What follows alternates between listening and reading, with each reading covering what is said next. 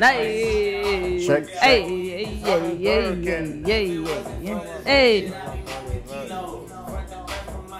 Okay. If it wasn't for this rap shit, I'd be moving kilos. If it wasn't for this dance shit, I'll be moving fucking car parts at Volvo. That's what. Yeah.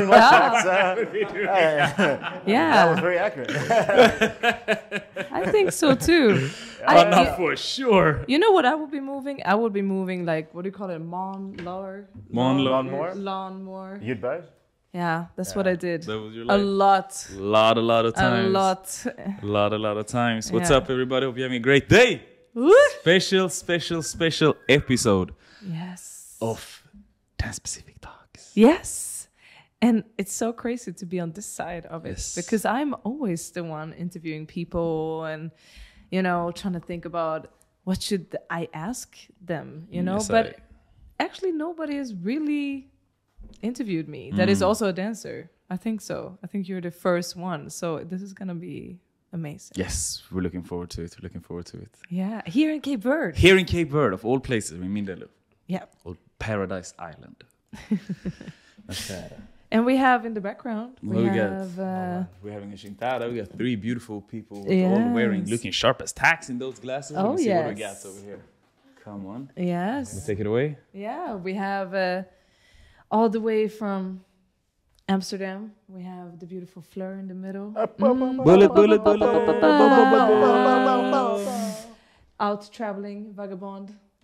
She's doing her thing. Nomading, digital nomading. And then we have your partner over there. Yes, the one and only Queen Zanu.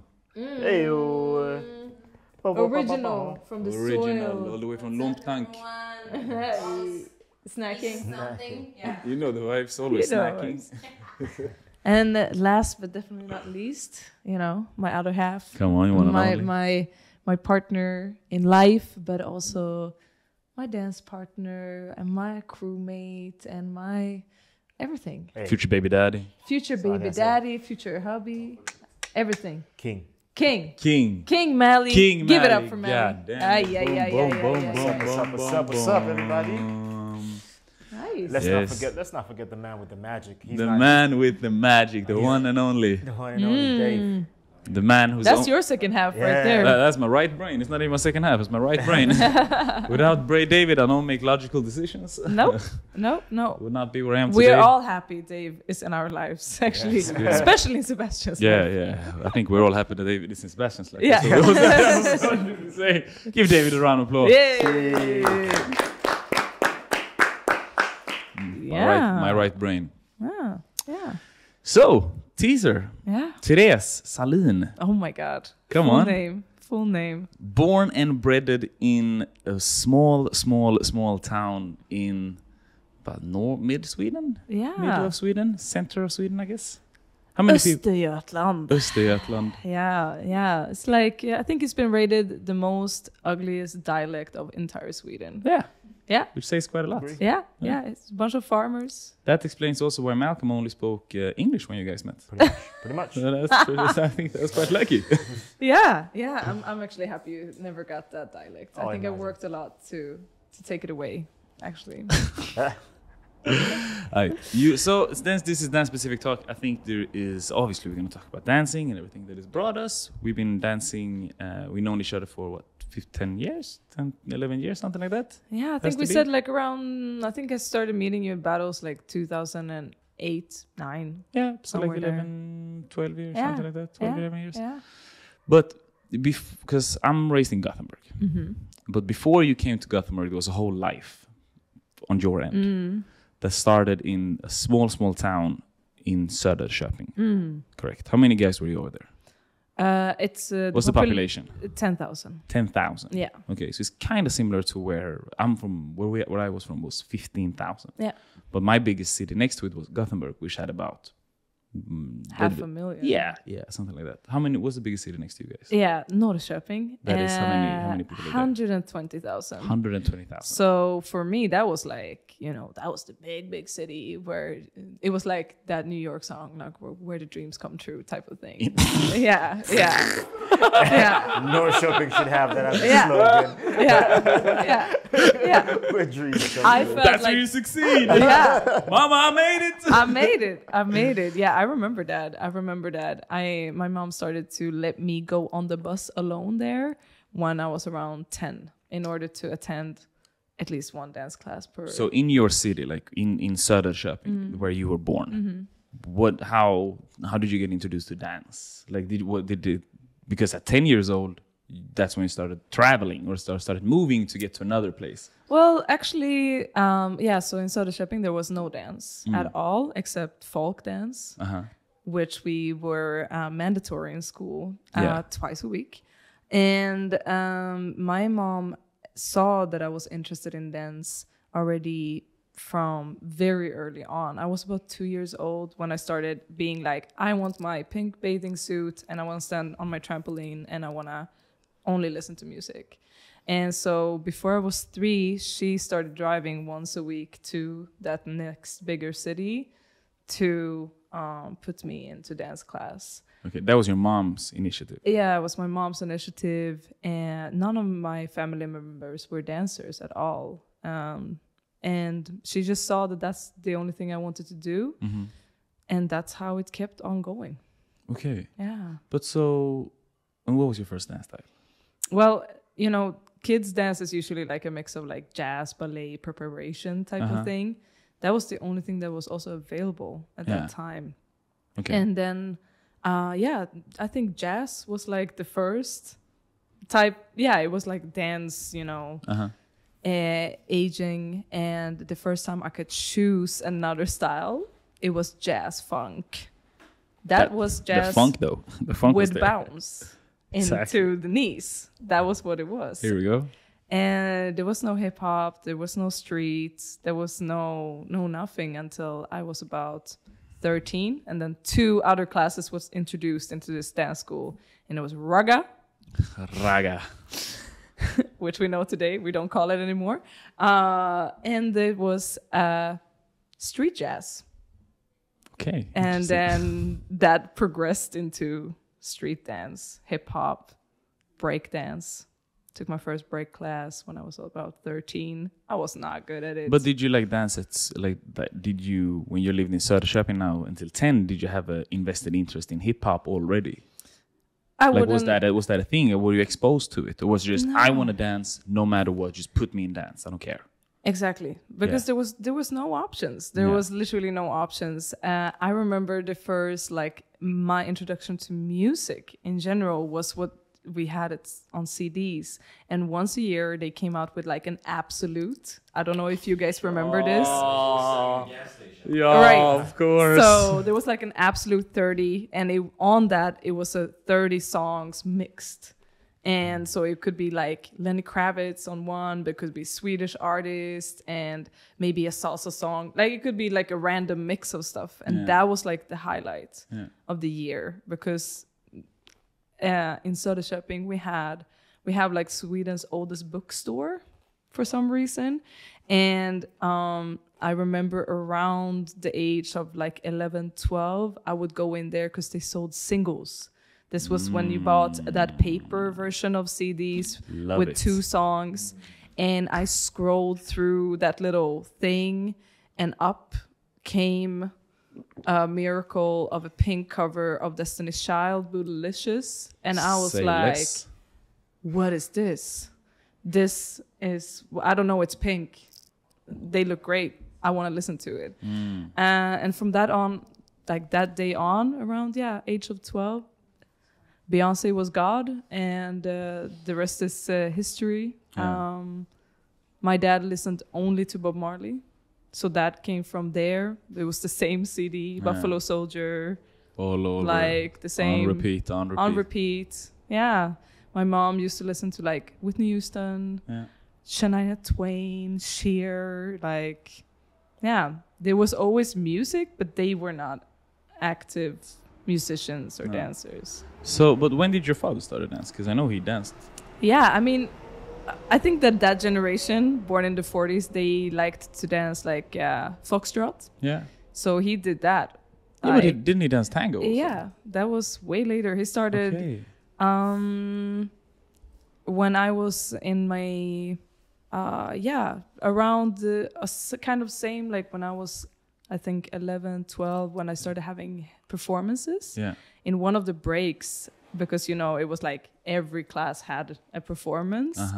And in one of the breaks of one of my dance performances, they showed Argentinian tango, and he was at that time like 57 years old. Single. Very ready to mingle. Very ready to mingle. Very actively mingling. Absolutely. And he just saw this dance style and he was like, I'm going to go for it. And he did. Within 3 years, he became a teacher. Went from like a regular Swedish man to like traveling to Argentina and just went for it. And I was like, I thought I was the dancer in the family. Yeah. But yeah, he just took it. That's beautiful. Yeah. Shout out to Torsten. Yeah. Shout out to Torsten. Shout out to the bad wolf. Yeah. Yeah. But so we're 12. Tell me a little bit like how is life in Söderköping? Like you're young. What is that like? Yeah, there was like I always say there was around 3 options of things you could do. Either you were into handball, football, or you were into rock music. So those were kind of like the 3 things that you could entertain yourself with. And well, none of them was anything I was interested in. None of them was appealing at all. Yeah, most girls were like into horse riding, I would say. But yeah, that was about it. I think you could walk from one side of the city center to the other within 20 minutes.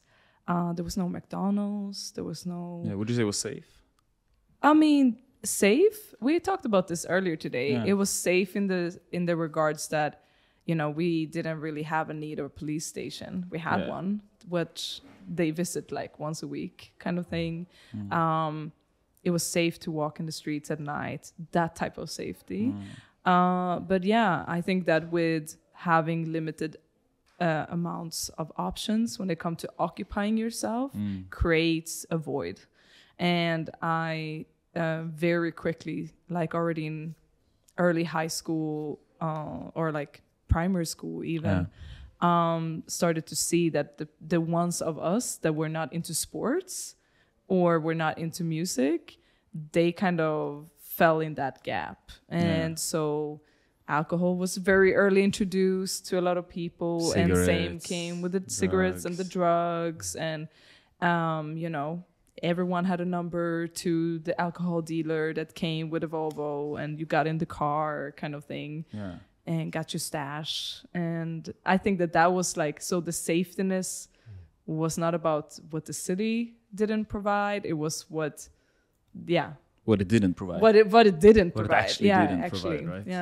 Yeah. So yeah, I mean, some made it out.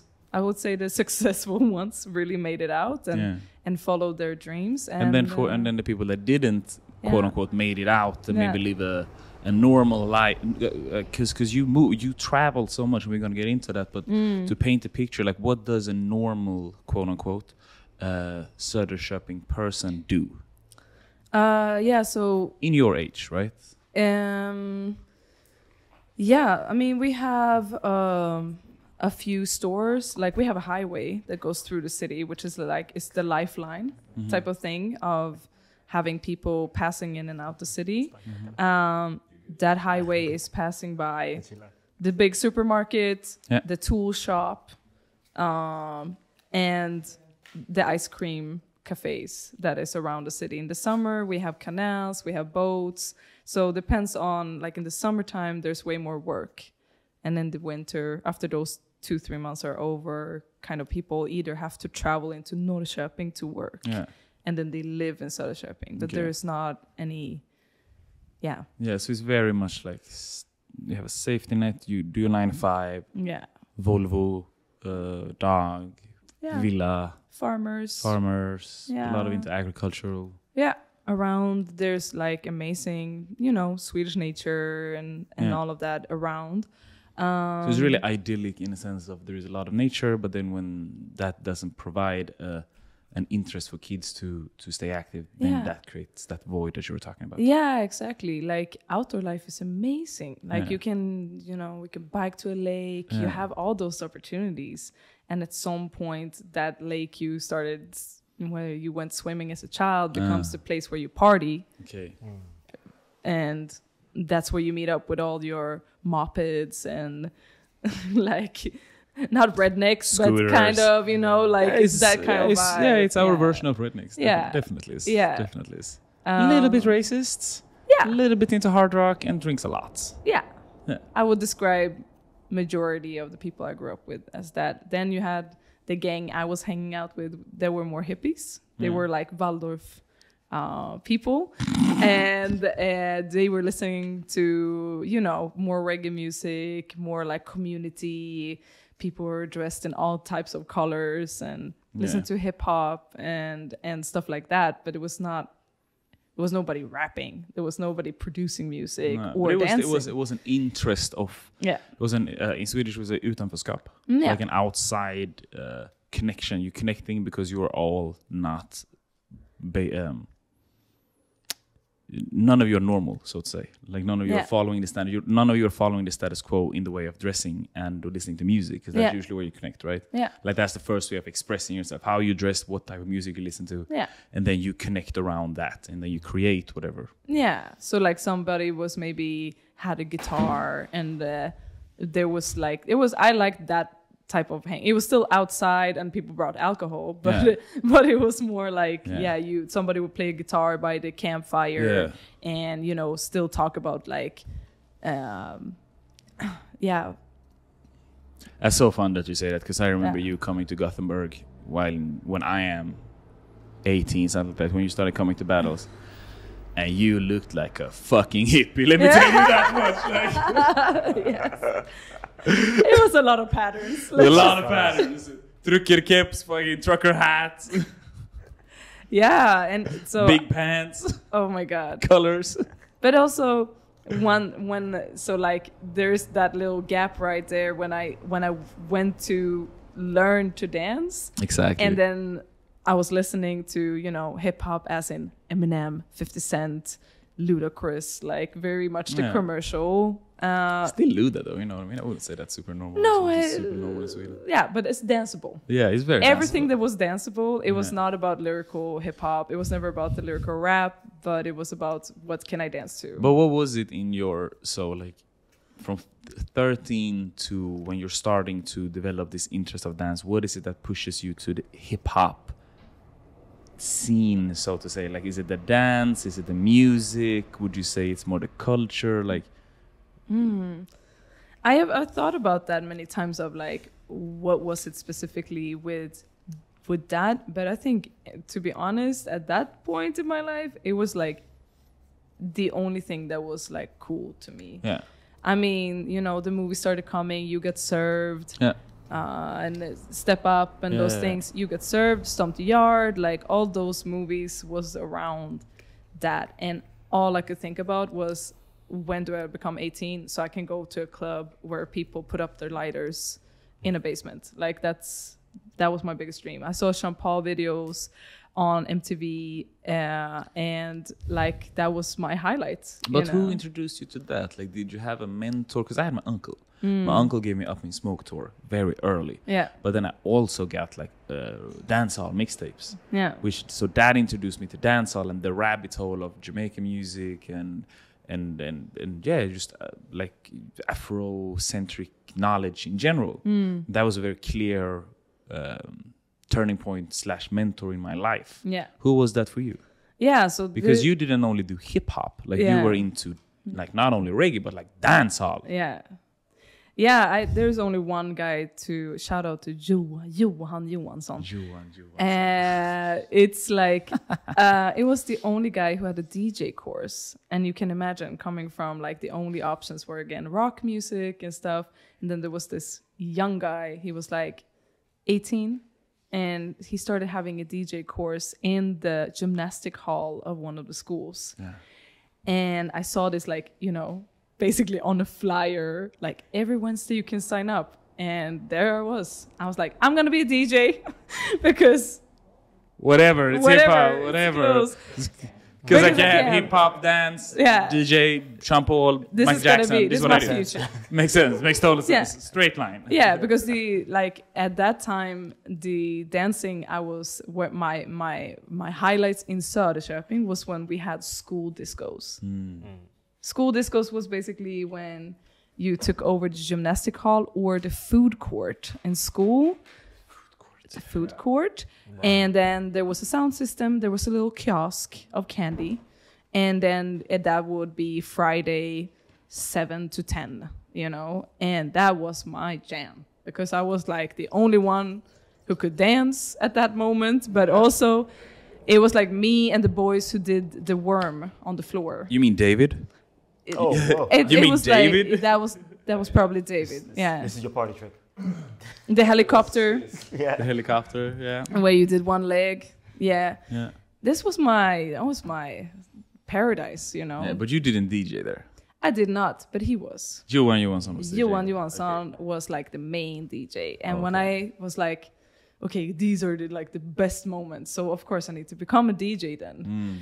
So I started going to him once a week, and he was trying his best to teach me how to scratch and which cables to use and vinyls here and there. And I was like, what is West Coast and East Coast? And he was like, you don't know that. And I'm like, no, I don't know that. And he had to start from the beginning. So that's fantastic. He just sat me down and he was like, okay, this is Tupac, this is Notorious B.I.G., and they are both dead. And he had to start from the scratch with me. Yeah. And that was like a new portal. Every week he started again with what we were supposed to do in the lesson. And then the next thing you know, I was like, But what is what is daggering? Yeah, what is that? What is that? What is wine? Yeah, and then he was like, "Oh my gosh, have you ever heard dancehall, by the way?" I was like, "What is that?" He's like, "Oh, but you like reggae. This is what you dance." And I was like, "Oh my god, there is a dance style from Jamaica." Like, I didn't understand it, but then I started to connect what I saw in the Sean Paul videos, all the steps that they were doing. Exactly. And I was like, "I don't know what this is." And he's like, "That's dancehall." And so he started, it just ended up with like me not learning shit about DJing, but learning everything about music. He was like, okay, we need to open up UK, grime, garage, jungle, drum and bass. What is that? Like, so he just opened and opened just and unfolded opened everything for you. This was the time when head, shoulders, knees and toes, like all those UK funk. Migraine Skank. Like he played all of that, and then at the same time he started to like educate me about like, you know, colonialism, Black history. Interesting. Through that music. Interesting. And was Johan Johansson colored? He was adopted from Sri Lanka. So then he's colored. Yeah. Yeah. So that, I mean, for him, that was his life. Yeah.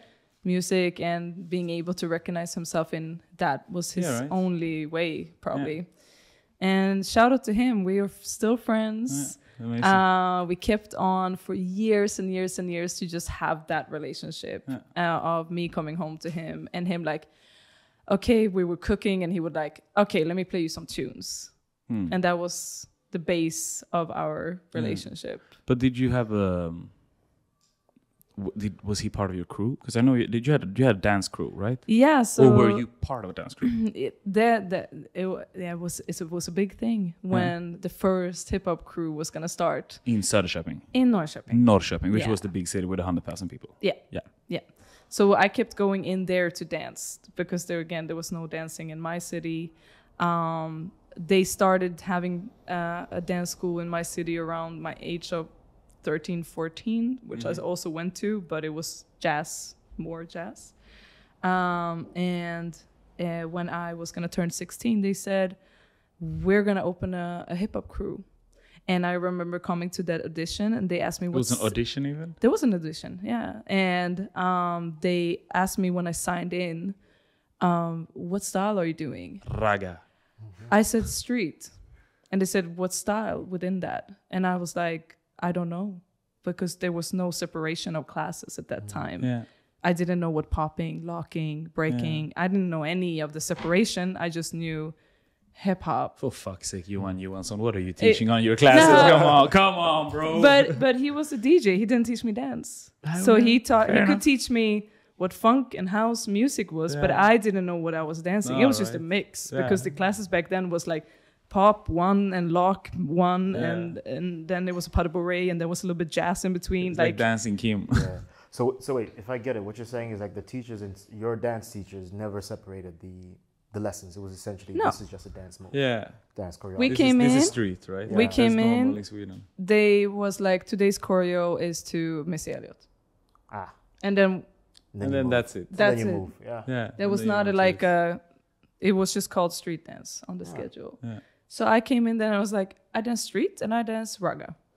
And they're like, okay. And that's how the audition went. And then what? You dropped a solo, or how was an audition? How old are you? I was 15. 15. And they had us freestyle, and then they had us follow a choreo. And I came in barely.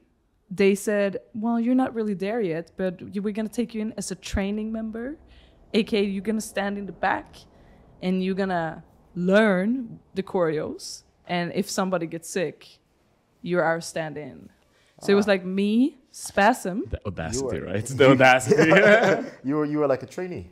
I was a trainee, yeah. Sick. I was 15. Then Spasm was 12. Yeah. For people who don't know who that is, like Shout a out to popping. kid. Yeah, shout out to that kid. And then it was another girl. She was also a few years younger than me. And there I was for 6 months.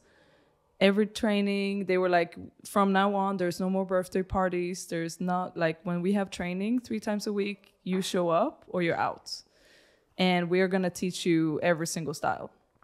So who was the teacher? Dennis Lantz. He is, he lives in Stockholm now. He's a locker. Okay. What's his name? Dennis. Yeah, but locking name. Oof, I don't know if he still has. I think he was called like Funky D or something like that. I don't even remember actually. Yeah. I think he doesn't go by that name anymore. Yeah. But yeah, he was competing in a lot of battles, and so he could at least show us the difference. Okay. But he had to teach like us all the styles, and then we had a second coach who was teaching us hype, aka New Jack Swing. AKA New Jack. AKA hip hop, right? Right, but that was a specific. It wasn't like new style hip hop. It was hype. So it was. Yeah, I remember. This is how we I remember your it. style was very hypey. Yeah, it was very hype when you get to Gothenburg. Yeah, Alright, cool. You with them? Like, how's life? Like, how often are you? What are you doing? You're traveling. You're competing. You're 15. I'm 15, and they said within 1 year you're all gonna have to battle. You all have to battle within 1 year. That's pressure. I like it. That's big press. So we had trainings 3 times a week. Every training was a different style, and then like choreos on top of that. New Justin Timberlake was very hot at this moment. Yes, So they started creating shows, and I got to be on stage after 6 months of proving myself. And then at that time, when the crew was built, Vibe Street Style Crew, and they started. Yep. I forgot about that name. Yep. I thought that was so corny when you came with that name. Yeah. Vibe Street Style Crew. I remember that so clearly. Yeah. Hey, but not to be funny, did you guys have that R. Kelly song as a theme song? Absolutely. Of course they had. And we're doing New Jack to that shit. Come on, bro. I remember our showcases were like about 8 to 10 minutes long because we wanted to showcase that we knew every style. So there was a minute of each, and everyone had to be in almost every part. So there was like 1 minute of popping, 1 minute of breaking, 1 minute of dancehall, 1 minute of crump, 1 minute of house, 1 minute of, like it was insane. We had these showcases and we performed everywhere. Yeah. Like shopping malls. We were the only crew. Yeah. So you made some money with that? We had an organization. We Yeah. never got any salary No. because you do it for the culture, right? All right. Yeah. Yeah, you like that shit. That's what hip hop is about. Oh, yeah. We, you know. That's fantastic. So the money always went. Yeah. Well, the money always went to Yeah. a bank account, Yeah. and that was paying our trips to go battles. Because I remember we were the only crew, so there was no battles in our city Yeah, right. if we didn't organize Yeah. it. Med Johan Johansson as a DJ. Yeah. And so we had to travel to Jönköping, to ID Crew, to Of Francis. course. Of course. And Francis. to- Shout out to Switch. Shout out to Switch. Shout out to Julian. He was my That's first. Eddie. He was the one who pushed me to battle the first time. Okay. He sat down Yeah. in his round for me to win. He sat down for 1 minute in order for me to win that battle. I was there. Were you there? Pump up the jam? I was there. Well, You better let pump. Yeah. yeah, crap. I was there. I was there in that battle. Was that you? That was me. Like, If maybe Francis sat down twice in battles, but Yeah. for sure I was there. no, it was Pump Up the Jam was one of the most amazing, perfect concepts. It was, it was Nikki. It was Martha, was that in, just- in Kalmar? It was different but cities. where did you do it? I saw it first time in Linköping, which was another city close to mine. And then Francis invited me to come to Eksjö, which is like outside Jönköping. No, I think it was there. Like I'm pretty certain I was there. Yeah. Well, it could have been, but there was no one ever entering that battle except me, Francis, and then like 2 kids, I think. And I'm he pretty wanted me to certain win a phone, and so he sat down. And that was my first ever battle. Boom. Boom. I Shout out to won. Francis. I obviously won. Of course, because he didn't stand up. I have a strong memory of seeing Francis sitting down an entire round. Maybe he did that several times, but I was one of them for sure. And then we went to, Katrineholm to meet Åsas folkhögskola. Yeah. And we went to Street Star once a year. So like all of our money, because we were a big crew. Yeah. So to transport us for hotel and stuff like that. Huh. Yeah. What? So with all of this, right? You're 15, 17, 16, 18, something like that. You then decide to move to Gothenburg, right? Because I see you a lot. I remember seeing you a lot. I'm like, who is this girl? Like, she's one of us? Or what's happening? Yeah. I actually lived in Denmark first. Yeah. That's true. So when I finished high school, gymnasiet. Yeah. You're 18 at that time. I'm right? 18. Yeah, you're finishing high school when you're 18. I decided to backpack, just like you guys. I went to Australia, New Zealand, Thailand. I was gone for half a year. And How long did you stay? Was that the only time you stayed in Thailand? Or did you go back to Thailand? No, back to You went Thailand. back to Thailand. Yeah, Wow. yeah. Yeah, let's talk about that later.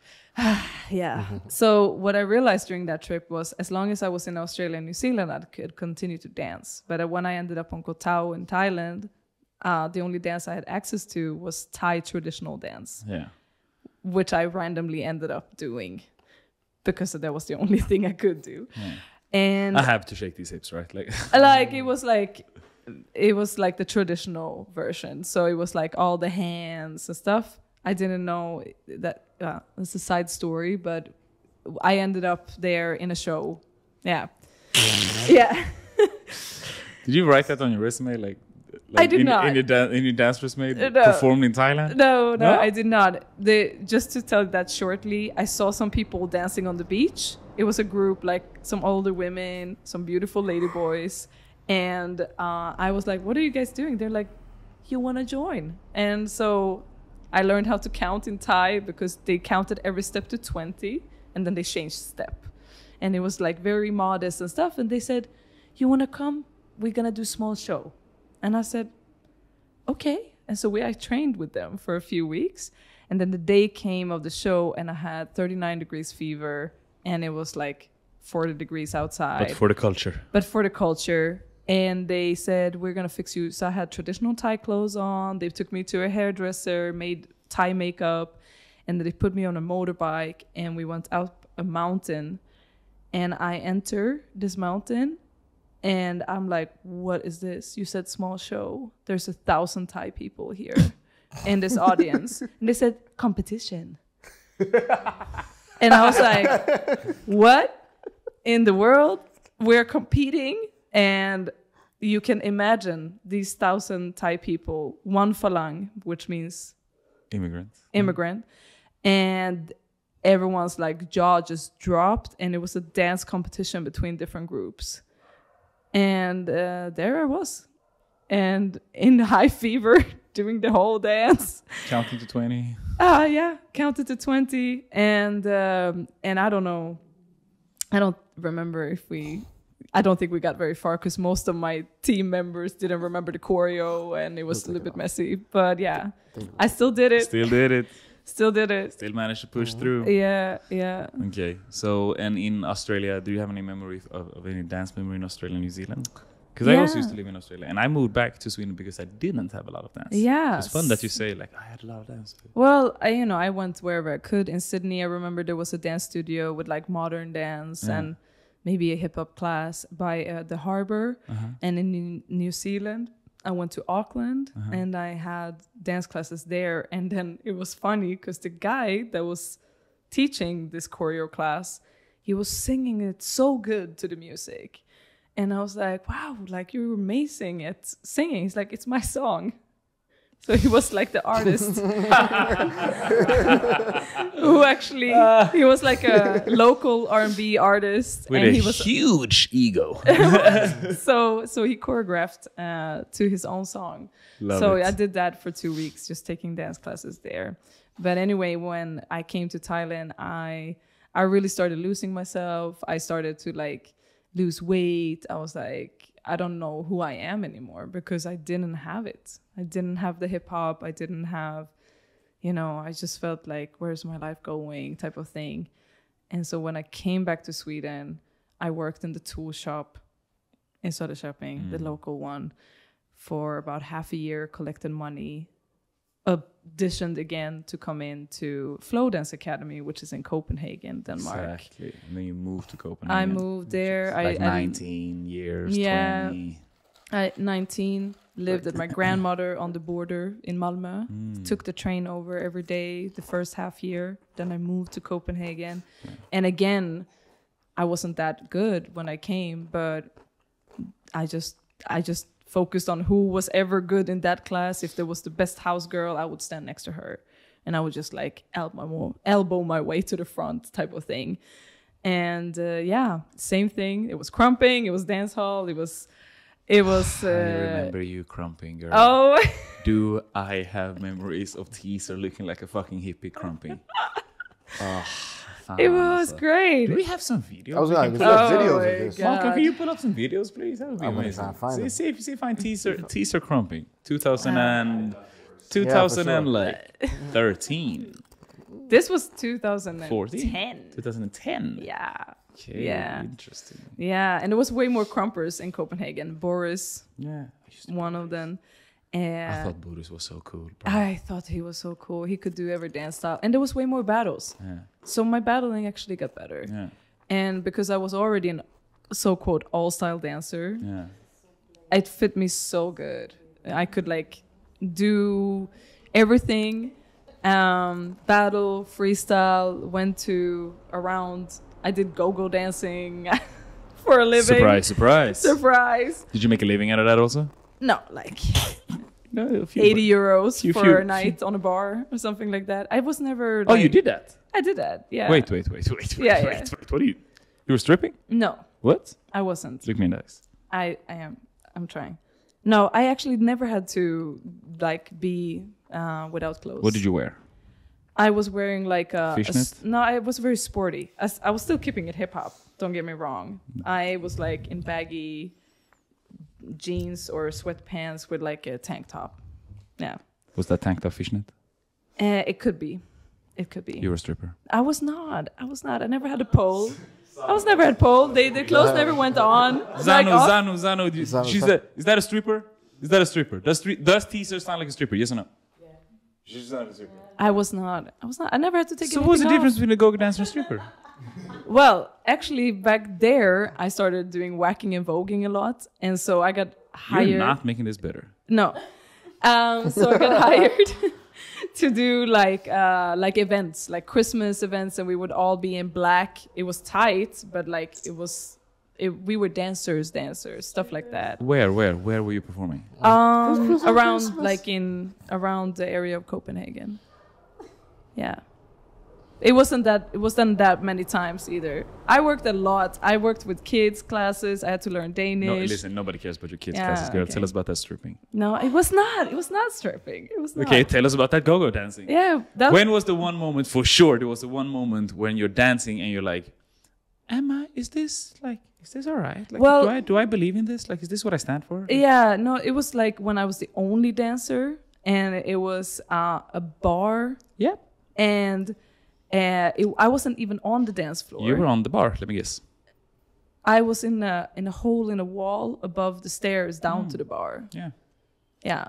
Did that bar have, was that a predominantly male-dominated bar? No, not really. It was just like, it wasn't just a bad bar. That was like trying to tell people that we're not only a bar. If you go a stair down, there's a club, which wasn't that great.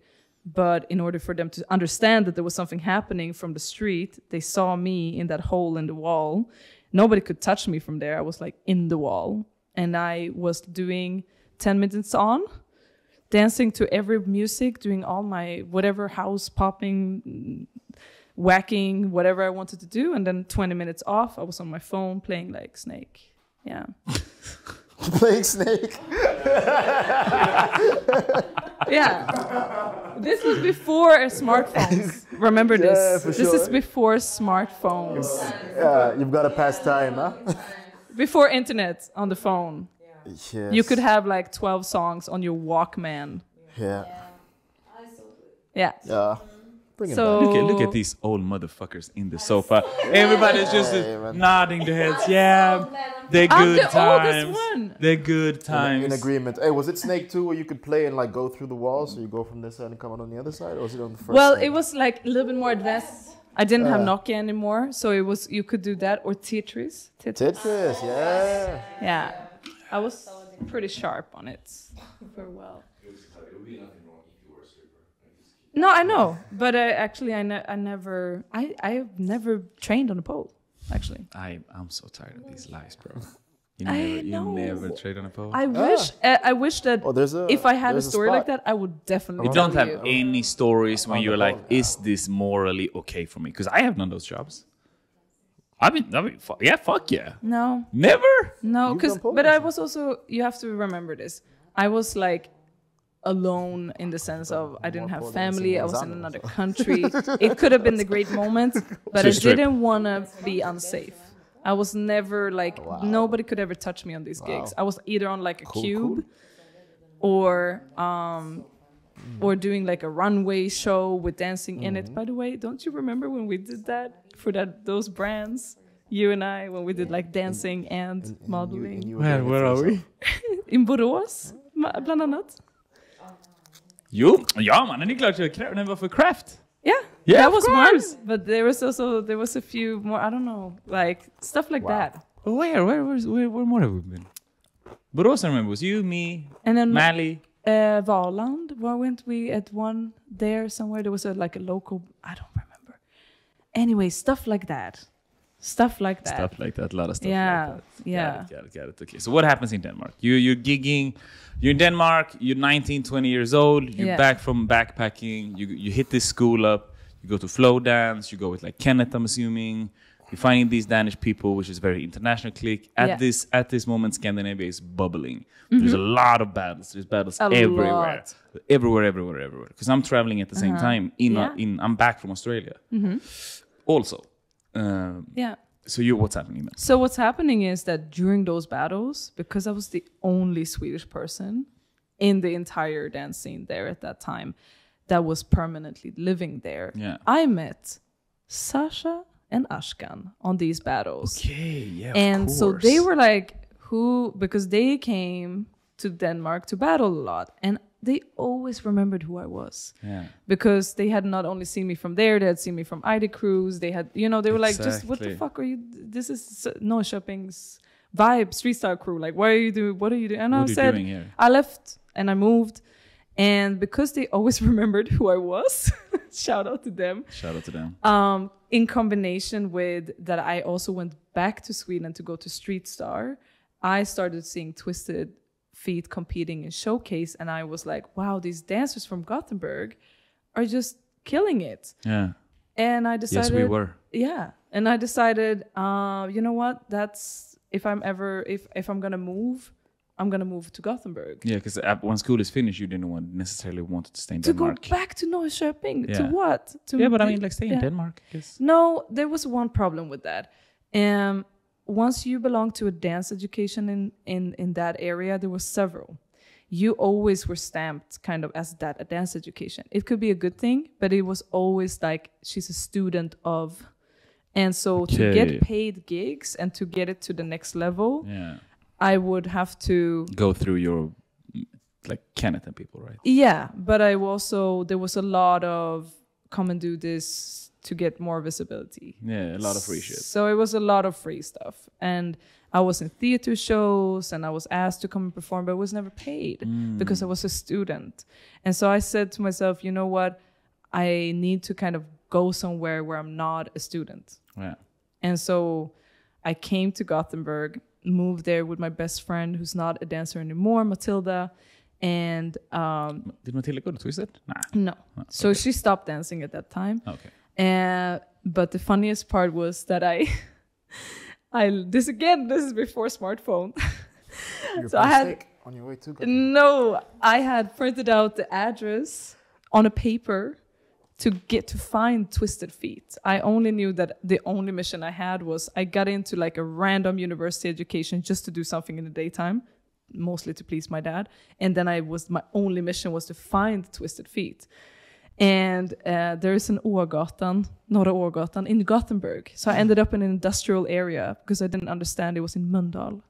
Okay. Stuff like that happened. And then I finally ended up... Yeah, you went missing a lot. Like New City, all of this shit. Yeah, it's not like I had anyone's number. No. So, and then I finally reached Twisted Feet and I just started taking like Nina's classes. Yeah. And I bless her, like I think... class 4, she just took me on the side and she's like, wow, you're really good.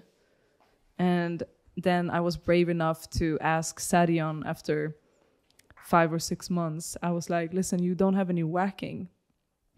I was like, what can I offer them? Because I wanted not to be a student, just student. Yeah. And he's like, send me a video. I had one battle video of me about whacking and he hired me. Just you had the first whacking class in Twisted. Was it in whacking Gothenburg? All of Gothenburg? I don't know at that point, but it was definitely there was the only one at that time. Yeah. So I started with whacking. I became the whacking teacher. Just it.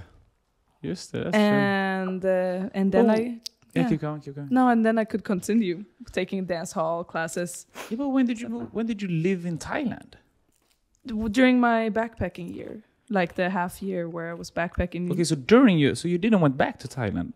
I thought you said you went back to Thailand. Well, no. Yeah, I've been back after that a few times. Yeah, but when did you live with my ex? With the ex on the beach? During the Thai dancing period. But let's rewind. What? I didn't get that. Yeah, so when I left when I was 18 to do the backpacking.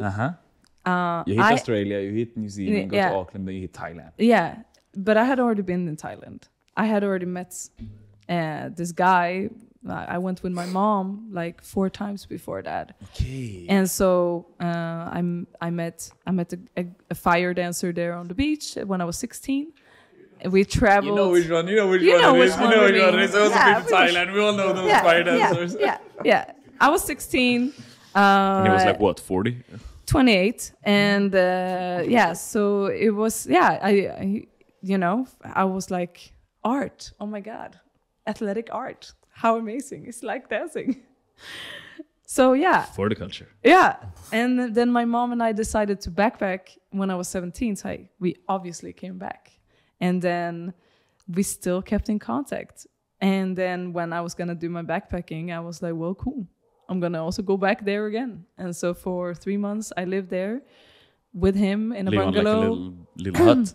And yeah, like a bungalow. There was shower was like a bucket. We had one pit bull inside, one pit bull underneath the house.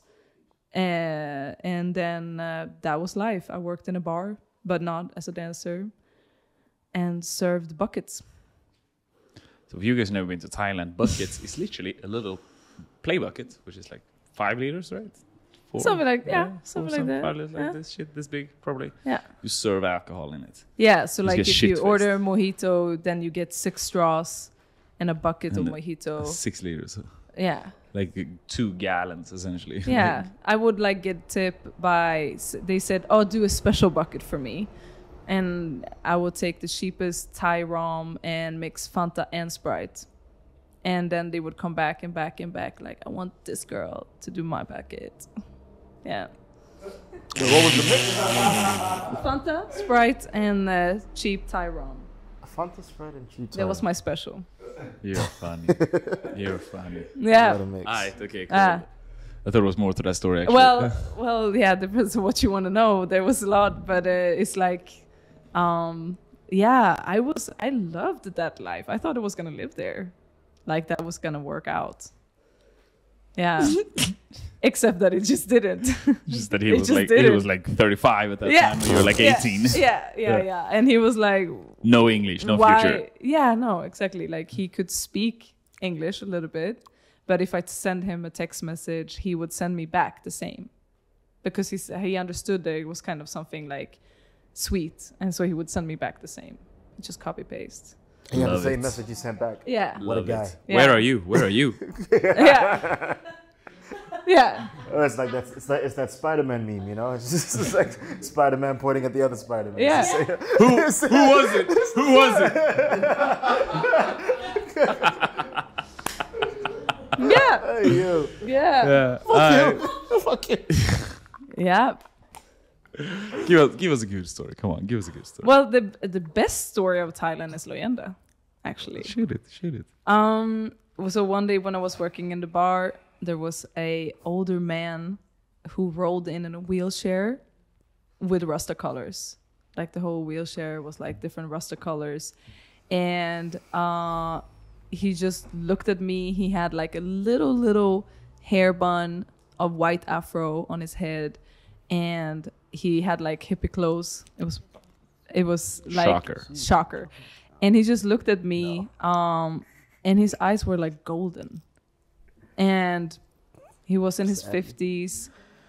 And at that time, because my dad boyfriend, the Thai boyfriend I had, was very jealous, so I wasn't really, not allowed, but I couldn't really talk to a lot of guys. I didn't really have friends. I didn't have more than Swedish friends that were also dating Thai guys at this moment. So he became my friend. He was like an amazing handcrafting artist that taught me how to make macrame plant pots, and he carved a drum out of a piece of wood. Like he was that kind of guy. Get out of here. It was amazing, and it taught me so much about spirituality, about reincarnation, all of these things. Was he your maybe mentor in Buddhism? Well, I was already into Buddhism, but he definitely was like, he took it. Yeah. And he was like my only safety at that time, because he was the only guy who saw that I was not in a good place, probably. And he said, because he was from, where did you say, Angola? Originally Angola, but he had been like living on the streets of Portugal, and then at that moment he lived in Amsterdam, and he's like, I know I'm gonna live in the north of Thailand. I have lived there before in several lives, and so I'm going to find my family that I belong to. I just don't know where they are. And so I'm here in Thailand, feeling it out kind of thing. And I was like, well, in my mind, I'm like, well, you're here because I need you. But I don't know. Yeah, it was super beautiful. Anyway, like 3 weeks later, he disappeared. I knew he was going to travel on, but I didn't know what time. And I was so sad. I didn't have his number. I didn't have his email. I just knew he was calling himself Loyenda. I didn't have his real name. I didn't know where in Amsterdam he lived. And I was like, wow, I think I just lost one of the most special people that I have ever met in my entire life. And I knew it. I knew that he was like so special for me at that moment. Wow, yeah. And so I kept living. I dreamt about him. It was just like, where do I even start looking for him? And about a month later, I'm just working in this bar. I'm getting skinnier and skinnier and more miserable every day. Even though I love the life in Thailand, what was up with that? The relationship just wasn't good for me. Yeah, it was a bad relationship. Yeah, it was just bad. A lot of jealousy, a lot of toxicity. You can't do that. You can't talk this. You can't. You shouldn't hang out with these. And so I came there to try to live there. I really wanted that because I love the simple life. I wouldn't have minded, but just everything turned bad. And a month later, guess who rolled in the bar again? And he's like, "Hi, I've been to India teaching kids how to recycle." And I'm like, okay. And he's like, I was going to go to the North Thailand, but just something said that I should come here. And I'm like, I am that person. And after that, he said, I'm not leaving this island until you do. And he stayed. He was almost driven over by my ex on a motorbike. It was just like purposefully? Purposefully, yeah. Yeah, because it didn't matter that he was 50. He was still a man that I talked to. And was in a wheelchair. He was in a wheelchair. It didn't matter. Yeah. No. And so at that time, he was like, I'm not leaving until you're leaving. And then I did. And since then, I visited him a few times in Amsterdam. He came to Sweden. Interesting. And then during COVID, he found his family, by the way, in North Thailand. And they were like, immediately, they just felt like we have been connected before. They went to the temple. The monks were like, you have been in this family before. You guys have been family. And they gave him basically a piece of land to build whatever he wanted. He built from scratch the most incredible ancient bamboo structures I have ever seen. He built. Yeah. Please walk me through that. So this is gonna maybe for some people be a bit like provoking, but for him, he was like, since I lived here several lives, he knew exactly what materials to use, stuff like they haven't used for generations there. So he was like, I want to use this stone. And there was like only 2 places in Thailand left that had that particular stone. He was like, we are going to treat the bamboo like this. Even though he's from Africa, he didn't grow up around this, but he just knew every day. He just woke up and he knew what to do next. Wow. And he then started teaching the Thai people around him how to do it. And he constructed the whole thing, he was sitting on the floor doing the cutting and stuff, treating the wood. If they needed help on the roof, he would climb. He couldn't use his legs, but he would climb by arm strength up on the roof to show them, like, this is how I want you to do it. You're doing it wrong. Yeah. This is how you do it. Yeah.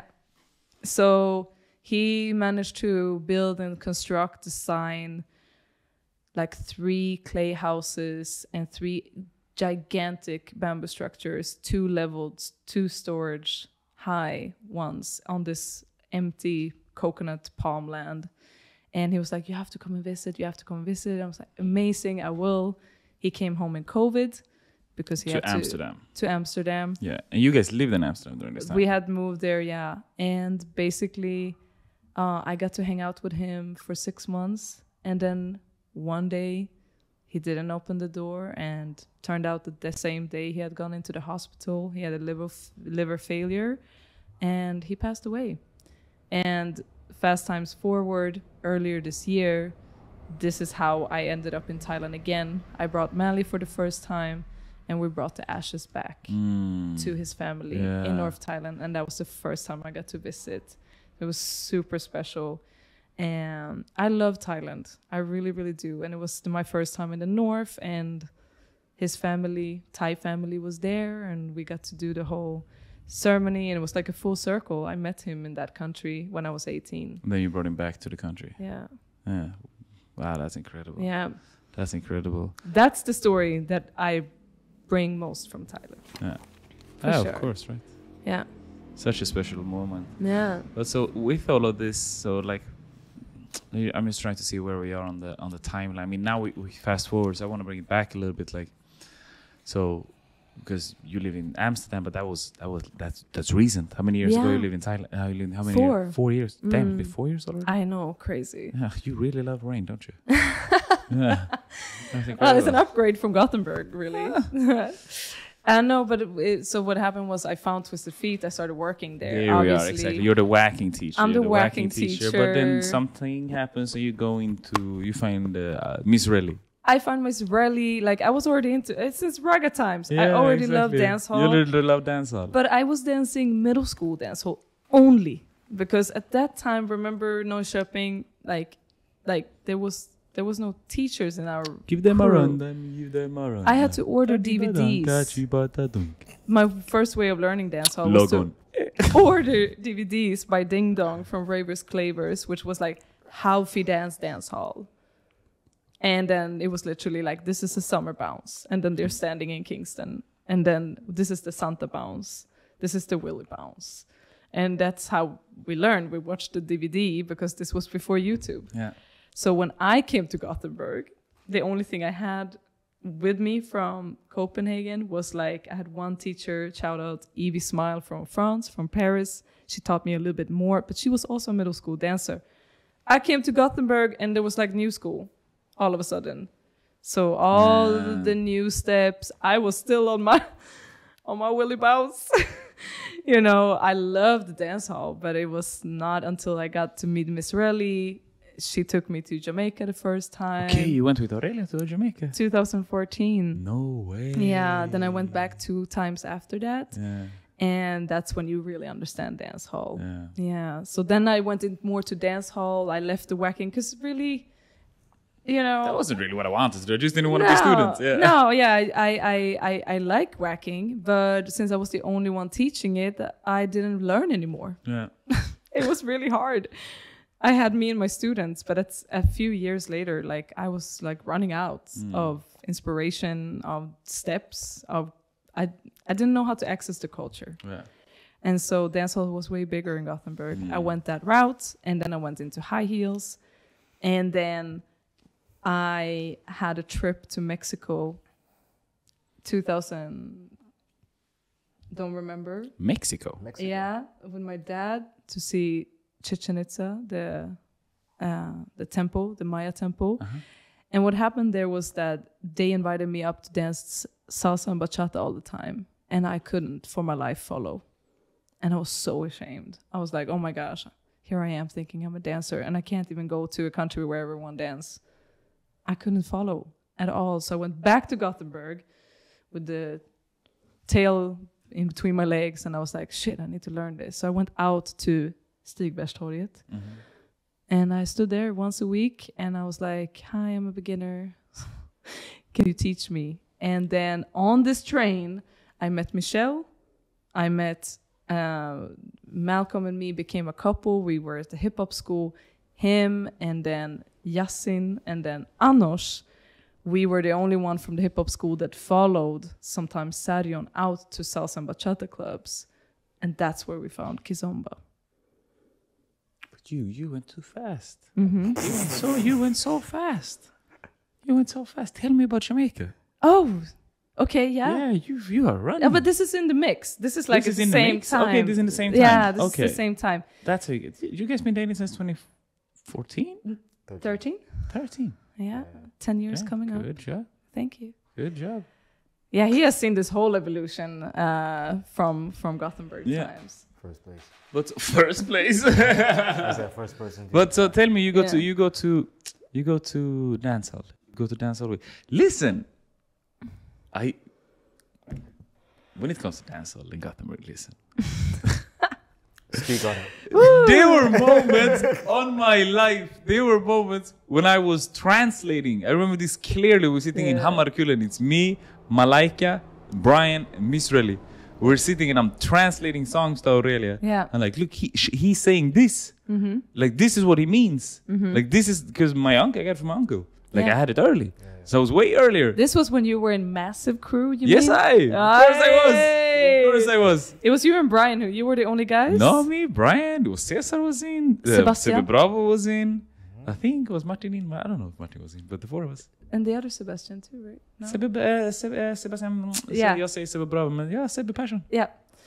Yeah, I mean, that was a crew that had ended before I came. Exactly. But I heard about this massive crew, which was like dance hall crew by Aurelia. We did shows and shit. Yeah, we did shows and shit. Wait. Before we go on, can you just tell me a little, do you have a memory from that time? Yeah, for sure. I remember the photo shoot clearly. It's so sad that I lost my Facebook, because I lost my Facebook. I don't have access to it anymore, so I don't know where these photos have gone, right?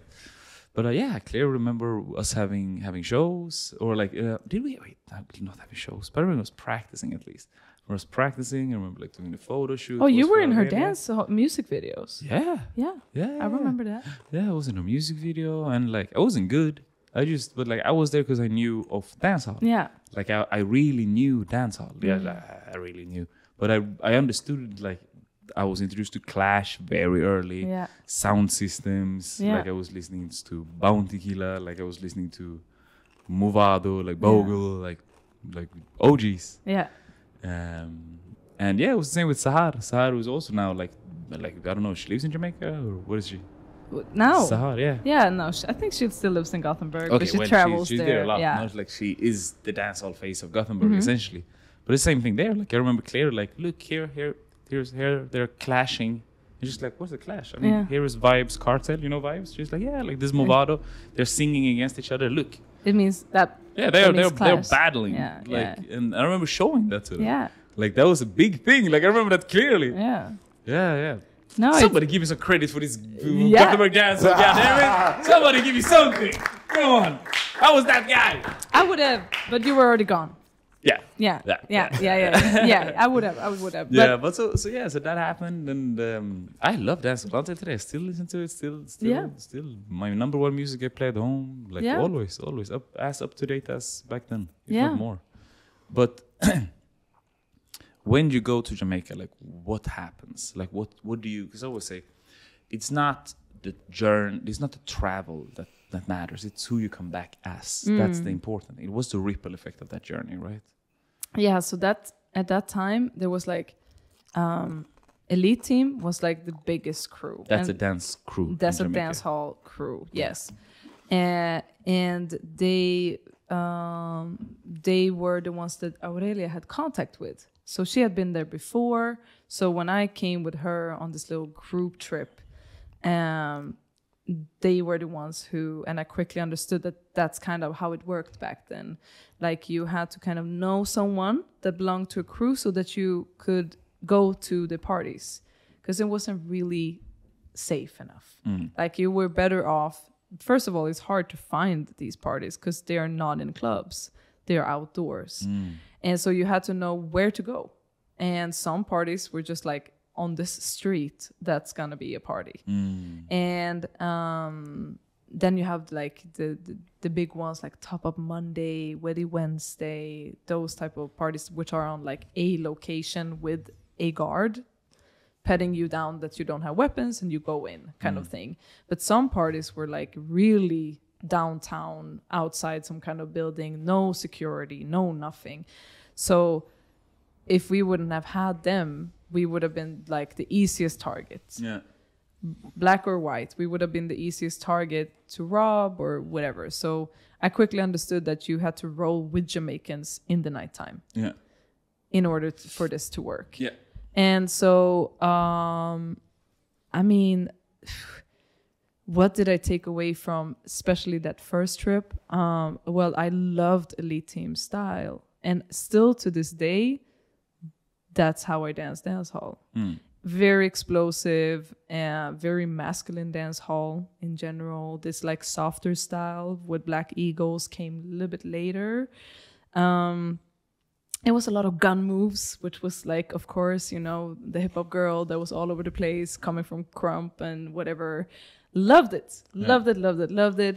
And it was also the first time where I really felt that I was good. Yeah. I was good. That's from that point on, I started battling more in dance hall. Yeah. And it really became my peak of dance hall battling. Okay. So because I had it in me, because I stood next to these creators of these steps every day for whatever 2 weeks it was. And then I went back a few months later and went back again. You went to Jamaica 3 times. Yeah. But it was all around that same area, 2014, 2015. And that's when I also, 2015, 2016 was like my peak of battling. Yeah, and Aurelia is speaking in dancehall also then. Yeah, Like I was her background dancer. Yeah, I know. I have well. a video on my phone somewhere when you're performing it. I think it's 3-star. Yeah, exactly. So I was her background dancer back then, and she started a crew called Amazon Team. Just And it was only females, and I was one of the dancers there. So there was both like female dance hall. I was competing in dance hall queen at that area. Like it was very much dance hall at this area. Yeah. But what happens that brings you into? Because this is also the same time as Fuse Fam, your crew. Yeah. So 2014. Like again, this is the area where like on the side, I don't even know how much time I had, but at this time we also went out to these salsa clubs like once a week maybe, and every 10th song they played kizomba, and like the floor emptied because nobody knew how to dance on it. And the 5 of us, including Sarion, who knew like 3 steps of kizomba at that time, taught us whatever he knew. And then they opened the first course, and it was us 5 that was from Twisted who took that course and went on our first festival in Paris 2014. And we just went for it. They asked us to perform at the first ever Swedish Kizomba Festival 2015. They needed a name. We were fusing hip hop with Kizomba, and we started feeling like a family. And so it became Fuse Fam. Was that the one? Did you do Johnny at that time? Yeah. Yeah, I was there. 2016. I was Johnny. there. Yeah. I was there. Yeah. Johnny was show number 2. Show number 2016. Yeah, show number 1 was something else. Yeah, we did a pure hip hop locking at that time. Yeah. With Kizomba, that was like 5% of the show. But they needed a show, and we were the only, and still is today the only. I want to give us credit for that. We're still the only performance team who ever performed. I don't think that has changed, huh? Like No. there aren't. What do you say? You're the only what? We were the only crew in Kizomba performing at that time in the entire world. Yeah. The only crew. Only crew, but also specifically crew that mixed hip-hop the styles we mixed. and Kizomba or Afro. No way! You were the first on Earth. In that scene, Yeah. I think. Oh, really? No way! Shout there out was, to you there guys. was no one else doing what we were doing. No way. And that way. there was the only other crew or performance that had several people. They were doing only Kizomba. Yeah. But we were the only one who mixed. And that's how it took off. At that time, Sarion and Nina, shout them out, they were doing salsa and hip hop. So they were already famous for that. And they pushed us to do the same, but in Kizomba.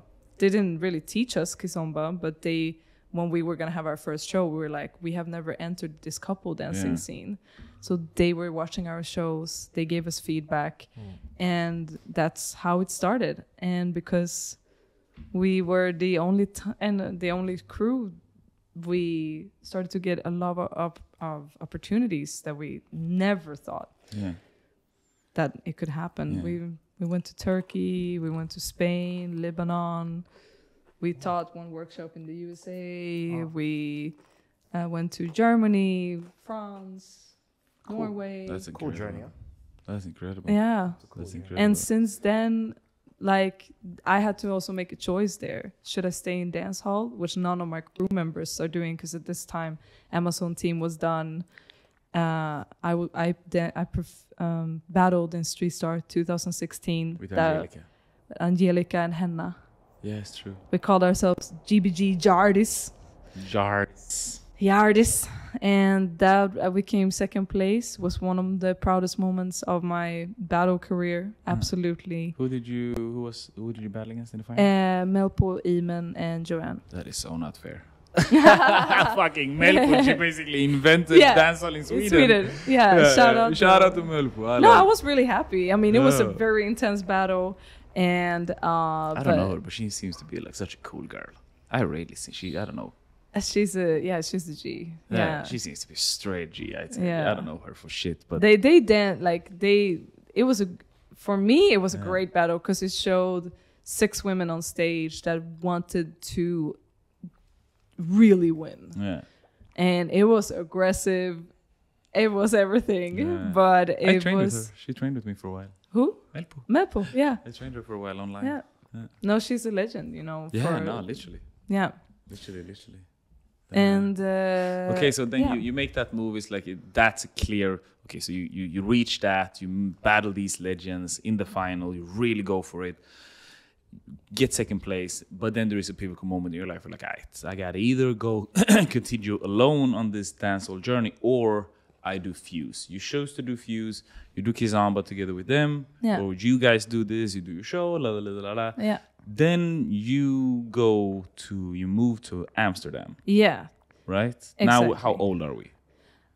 This was 2018. Yeah. One of the reasons we moved was because at that time I worked as I had one of my educations during this time because I still went to school all these years, and was project management within international culture and art. So I was running a art school. I was a coordinator of an art school in Bergsjön, Kortedala Bergsjön, in Gothenburg. And I went to a conference, and I met 3 ladies from Amsterdam who worked in a theater in an area very similar to Kortedala Bergsjön. Like one of the suburbs, a little rough suburb. Yeah, like in Gothenburg is one of the most challenged areas, and they were working in the same one southeast of Amsterdam called the Belmer. I basically met them on this conference, and I told them, you work in a theater, I have a dance crew. They were like, oh, can you show a video? Showed a video of Fuse Femme, and they booked us to come to perform on one of their festivals in the theater. And I had been to Amsterdam to meet Loyenda from Thailand. Claro. Same a couple years earlier, and I always loved Amsterdam. It was like small, cozy, but still like international. And when I got this opportunity, we went there. Both me and Mally were like, this is great. We love Amsterdam. And I said to them, you know what? If you ever have a work here, let me know. And 6 months later, they asked me to come for a project, and we never left. I worked there for 6 months in the Belmer Park Theater, and we knew Shamalo from traveling. Shamalo, shout out to Shamalo. We know him from the first Fuse Fam show. He was a taxi dancer at that time who spoke no English whatsoever, but he was the only one except us who knew hip hop. And so he's found Mally found Shamalo, and we've met him on every goddamn festival after that, because he became a teacher. We kept on performing. And so when we came to Amsterdam, we were like, oh my gosh, French Shamalo actually lives here. He has a dance school. And so we started teaching there almost right away at Castle of Dance. Yeah. Is that where you meet Fleur? That's where we meet Fleur. Yeah. Because Fleur used to be also a teach. Kizomba teacher. Yes. Sanu is about to explode in hearing us saying Kizomba. How do you say it, Sanu? Kizomba. Isn't it? What's a Kizomba? It's not Kizomba. This is Sebastian's. Kizomba. Kizomba. I'm trying to sound Brazilian when I say it. Yeah. Alright. Yeah, man. Okay, wow. Is there well, that's a. I feel I want to. I'm thinking the timeline. Yeah. I feel we leave Jamaica too fast. I want to get back to Jamaica. Well, yeah. Tell us about Jamaica. Like that's the fuck. Like you've been there 3 times. Like it sounds. Yeah. What are you doing? You get robbed? Like I never got what, robbed. you had a good time? Like what are we doing? A lot of parties? You're the only white chick in the ghetto? No. Performing? No. Like usually there was a few more. Like there Yeah. would be like maybe a few girls from Denmark, maybe a few girls from Poland. Like there would always usually be girls there. surprise, but surprise, hanging motherfucker. with different dance crews. Yeah. And we would go to Dance JA. A shout out to Latonia, who is running that still, I think. It was the only kind of dance school at that time at Barbican Road in Kingston, where you could come and take classes in I a love dance how studio. you said that with a slight Jamaican accent. Barbican Road. Would I you think would it's, you say it again? No, it's okay. I think it's right. Okay, perfect. And that was the only dance studio. So you could have like one class from Black Eagles, one class from Sri Lanka, from Sri Lanka. yeah, Isn't it cool? that is a name of a guy from I'm blacking out now. He's from a crew that was friends. He's not Rifikal, right? Rifikal team. Yes. Oh, look at that guy. We Speak the had culture. Nikki Godzilla Yeah. teaching class. Like there was like all of them came and there was a schedule. You could learn patois in one class. Hey, did you learn Patois? I took one class. Please take us through that. No, Please, no, would no. you? I don't remember anything. How do I say? Could you give me the water? No, I just know water. Water. Water. Yeah. Give me the water. Yeah. Is that what I say? Wagwan, you know, like I was very like, it was like us white people learning, but it was still fun. Fuck it. Yeah, Yeah. it's a language class. It's Still amazing. fun. Yeah. And just Where do you live? Where are you living? we were living. Because why I really want to know about Jamaica, because I remember clearly when you left. I remember you clearly when you left and when you came back, and it's like, this seems like this is the route she's choosing in life right now. This is where she's going. Yeah. But were you together? Yeah. You were together already at that time. Yeah. Yeah. But you didn't dance. You did little, bro. You slide you Tanzanian. You slide in with that I dance. was dancing house, bro. But you guys slide a little willy bounce every once in a while. You know. Yeah, the vibes. Yeah. Yeah. You slide it in. It works. No, this was the time when Melly really started to dance. He took house and hip hop. Yeah. I was on my own, like, I guess, origin, genesis, in a way. But yeah. Then And we started Kizomba at the same time. Exactamente. Yeah. Yeah. I was thinking about, like Jamaica is interesting because a lot of people, if we take dancehall specifically, people go there because they love the culture, they love the music. But the culture of dancehall is very special in Jamaica. Like we, the outsiders that like hear Jamaica. Like, Everybody do dancehall in Jamaica. Yeah, you know what I mean? But how is that? So you get there, you go for a class at Dance JA, and then what? Like what's what like happens? what's the day to day? Well, first we Where realized. do you live, first of all? Where do you live? Yeah, there? so you have to live safe, right? So we had to live in uptown Kingston because that's where you have a bit more security. There's gates and stuff like that. And first time with Relly, she knew like an apartment complex. And then like the last time I was there, I lived in a house with the Stockholm, Imen, Binta, Vendela, Sahar, Ewa. So then there was a house we rented. Binta was such a snack, bro. Yeah, of course. God damn, she was beautiful.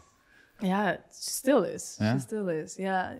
No, so that was like a completely different trip because then I was only with dancers. The first 2 times I was there, I was like with dancers, but also with non-dancers. They just came to Jamaica because they wanted to travel. Yeah, they wanted. They wanted to experience the culture. Yeah, exactly. One of the things that I really learned there to take it back. A lot of people who do those travels. Yeah.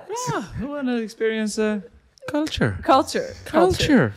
Nightlife. The food. The jerk chicken. Literally things you eat. Yeah. No, shut up, man. Yeah, but it's true. It's true. Yeah. One of the things I really learned was that not all Jamaicans know a dance hall. Yeah, They don't tell us know. that story. I remember when you told us you went uptown. No, didn't you go uptown? We lived in a house uptown, and I remember that the Jamaicans that lived there would like come over to our house and ask us to teach them how to dance hall. I can't accept that. Yeah, that's, And maybe that just made me think that nobody knows it. But then we went to Negril, which is like on the other side of Jamaica, and they were so shocked when we knew about dancehall. And we didn't like Negril at all because there was not a lot of dancing. We wanted to be in Kingston. So the majority of the dancing is in Kingston. Yeah. Okay, where's Kingston on the map? Like on the Jamaican, I think it's what we call it, like southeast. East, yeah. I think so. Lower right. Lower, yeah. It's not a big island. There are a lot of people though.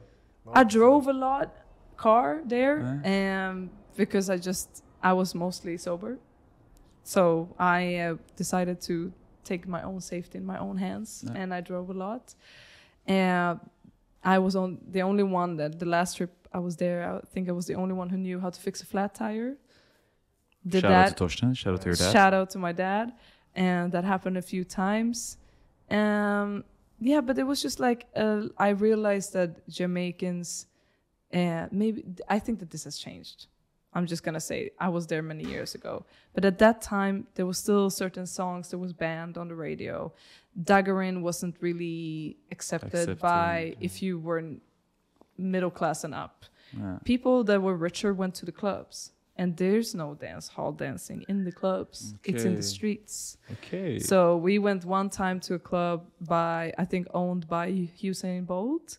Oh, really? And there was nobody dancing. They were just showing up. They were like flashy, snacking, and buying drinks in the bar, but the music isn't necessarily dance hall. Like it's American music and stuff. International music. So if you really want the down and grimy dance hall, you have to go to the streets. Yeah. And how is that? So what's the I mean, they have different parties. Yeah, so what's the prep like? What's the journey to like? When you walk in, what's like you're walking into? Oh, you're rolling as a crew always. You have to roll in as a crew, and sometimes we would match, as in like what's the color of tonight type of thing. We're all wearing white. Yeah, it could be an all white party. Like so, you had to look good. Like it was a part of. That's part of the culture. That's a part of the culture. You don't show up looking like a mess. You show up looking fresh. There is nobody really. Very few people wear real brands, but that doesn't mean they don't look good. Like Jamaicans is a lot about fashion. If you go for orange, that is head to toe orange. If you go for like bandana, there's bandanas from head to toe. Like there could be so many crazy outfits because there is all about being unique and stand out. Yeah. If you're a dancer, like there's one dancer who has a pair of glasses that is twice the size of his head, and he's always wearing them because that's his signature. That's his trademark. And when you go there is so the DJ is the one shouting in the microphone, and the selector is the one who's playing the records. So the DJ constantly interrupts the party by giving shout outs to who's coming in. Like, you know, you see elite team is coming in, this and that. Or so he's the DJ. The DJs are the one on the mic. Okay. And the selector is the one playing the pull-up selector. And then he's the DJ is the one saying to the selector, pull up the tune, you know, rewind it. So the thing we would call an MC is the DJ. Is the DJ. And the selector is the one selecting the music. Wow. Yeah. And then there's not really a front and back in the club. So the whole center that's the middle. And in the middle, there's a videographer, always with flash. And that is the person that everyone is trying to catch the attention of. So in the beginning of the party, they play mostly like calm music, R&B, reggae, that type of vibe. And people are mostly just hanging around, ordering cranberry juice and vodka, or Magnum, which is like their local wine. They say it's a bit of like, not Viagra, but that like it's a boost. And then you have the weed man, who's like peanuts usually. Hey, every culture has that boost, you know. Yeah. For sure. I think Chrissy should explain what they drink in Sitanton. Yeah. Grog? Yeah, right. Yeah, we didn't turtle dick. Oh yeah, that one. Dipped in That- grog. Yeah, no, so you have that guy. So he's selling chewing gum, peanuts, and weed on a stick, usually, or papers. And then you have the guy, which was essential at that time, with 2 pot lids, who will bang the pot lids if the song is fire. Oh, wow. What's a Pots, pot? like the pot Things lids. you cook with, yeah. Ding, ding, ding, ding, ding, ding, ding, ding, ding, ding. And that was his job, or like his thing. That was his thing. So every party you would find the same guy Yeah, I love it.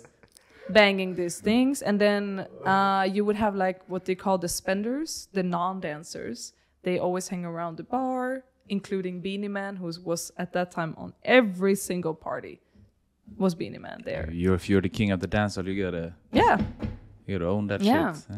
And then you have the dance crews. And so in the beginning, it's mostly hanging around. But the dance crews are then like centered towards the videographer in the middle. Yeah.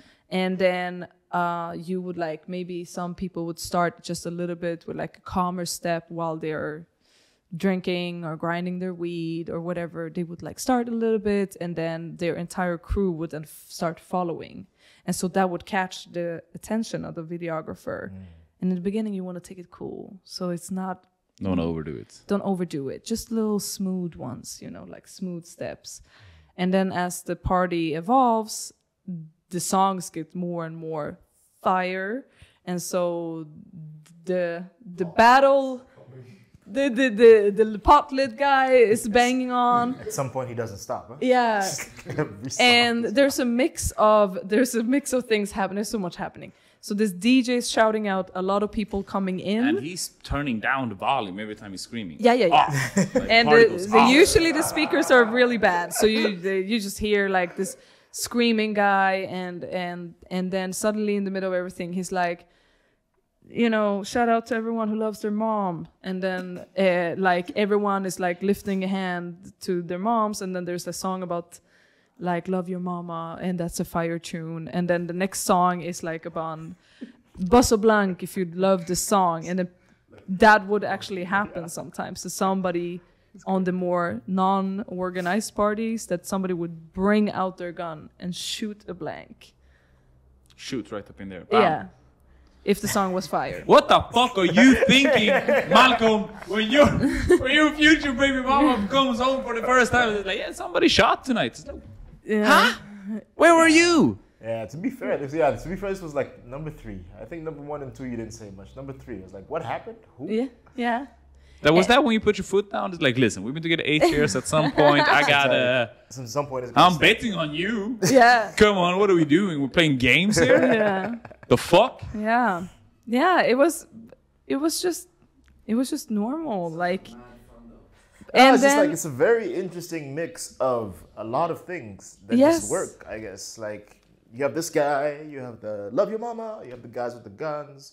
and then you at also some point somebody's jumping off a roof to dagger a girl. Like there's just a lot Yeah. happening. At What's these- the wildest thing? at these parties, it's like- What's the wildest thing you've seen anybody do on a dancer do on the dance floor? When Well- you're like, what the fuck is going on? Did I just see that? Yeah, no, but like I think usually the wildest parts are when these dance crews get more and more hyped, especially on Uptown Monday. There's like a little house in the middle of the square type of thing, and dancers constantly get up on the roof of this because then they get a lot of attention. You know, they show their dance step, and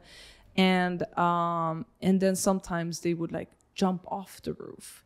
And if it's daggering, which is usually happening when the song is about a male singing about a female or females as artists, usually the floor clears of all the guy crews. Now it's mixed, but before it was mostly guys in the crews, and only the females are dancing. It's time to shine. It's time to shine. You know what to do. Yeah, and we have to think about the ground here. It's like gravel, sand, gravel, concrete. Terra. And when we're talking about women doing head tops, they spinning on their heads on this while like rotating and doing head tops, and the hair gets stuck in the ground, so they rotate like their whole, usually like the hair, sometimes They're wearing wigs? sometimes they wear wigs that are rotating, but I mean they are the best part of the party because there's so much happening at this point. And then if you're a guy that want to show that you can handle and you're a real man, then you can be either jumping in on a woman From or the a roof? woman, exactly, or a woman can jump on you. This is how you show you're a real man. Well, if you can handle it. Yeah. But there's been so many moments where like you just see accidents are about to happen, especially when like a guy would have then a woman like on his hips, and she's like she went maybe from bending over, he takes her legs and then starts turning, and you know how like the head can then sometimes bounce into the ground, so they have to like protect their head. But the show goes on. The show, yeah. What's the biggest injuries? Is there anybody break a leg? No, I didn't see any injuries, but I heard about people that like maybe like the guy wants to jump over the this is their girl, culture, I guess. and like they land Island on the vibes. head, like. Different type of Yeah. island vibes. But I didn't see any hardcore injuries, but it was just a lot of that. So Show you intense. you got to be very clear if you don't want to be picked up. No. Did you ever get picked up? No. Not by accident? Nope. No. Look me in the eyes. 100%. I am not going there because I knew what that could mean, and I didn't want to scrape my face, and I was also not single. Nope. Yeah. But You that didn't one get thing, attacked from the back or some shit? No. Somebody's like, huh? because I was protected. I was always with this crew, so they saw me like as their Driver. car provider, Yeah. but also like if I rolled with them, I was good. Okay. Yeah, Okay. they wouldn't do anything. Is there videos of you dancing in those streets? Like, who were you when the camera comes? You going for it, or like you're like shying away, taking a step back, like letting them do their I would thing? mostly try to like be behind them and trying to do the step correctly. Yeah.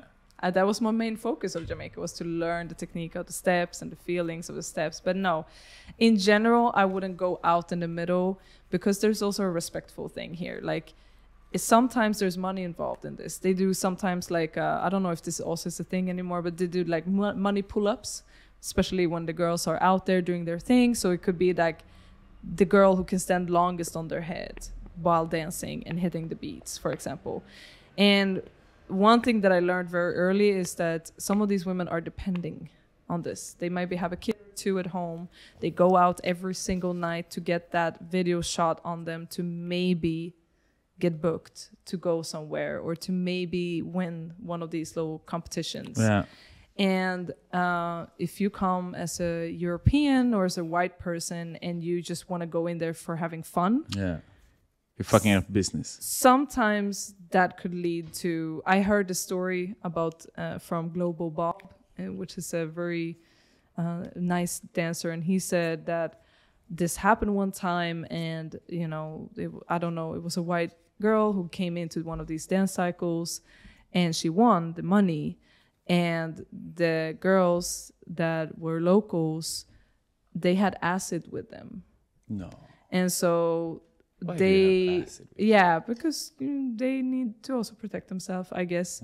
And there was a moment where he had to step in and tell the girl who won the money, like, can you please give her this, because it means nothing for you, but this was what she was going to feed her child And with. you might get fucking acid thrown Yeah. in your face. Because this was her livelihood for tonight, Yeah. type of thing. And I hope I'm not butchering that story, but that just like right off the bat, that taught me to never ever take the shine, because this is not my culture, and I need to show respect for that.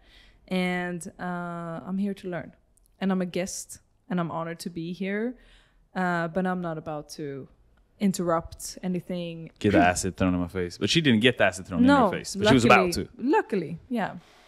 And that just also shows that for us, dance hall is a fun. We can say it's our life. We eat it. We listen to it. We support it. We travel to not the Jamaica. but it's not the same. It's not the same. When we book these crews, or like a member from a crew, whatever he earns, he have to send back to his crew in order for them to be able to eat, have money on their phones, and so on. And clothes. Like when we book one team member, they have to provide for like usually that whole team. It's not a game. And so that is something like I have huge respect for Jamaica, and it's also why I don't take it lightly to go there. And I never been back because I know that every time I go there, I really need to know what I'm doing, and I need to go for a specific purpose. And I would love to go back and revisit, but to learn more about the reggae culture as well. But where do you think all of this comes from? The being grateful, wanting to know more about culture, because that sounds like that's a huge part of your life, right? You want to know more about culture. You want to be engaged. You want to foster culture, so to say.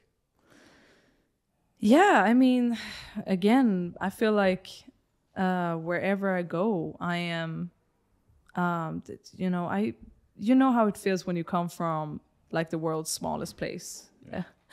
So I learned very, very early, thanks to my parents taking me traveling to know that the world is so big and there's so many corners and so many people to learn from and so many, beautiful aspects of the world that you have yet to discover, and you can continue your whole life doing that. And with dancing, I felt sometimes like a failure because I never stuck with one thing. But at the same time, I always went where my heart wanted me to go. And that has made me have the honor to again and again enter different communities and learn a completely new thing. Like whacking, voguing type of communities is so different from dancehall. Going from like an LGBTQ plus community to dancehall, which is very non-accepted, but have other beautiful aspects to it. And the drive, that what it means to work as a dancer in Jamaica, like you have to really make it. Like there you have to really make it if you're gonna be able to sustain a family on it and stuff.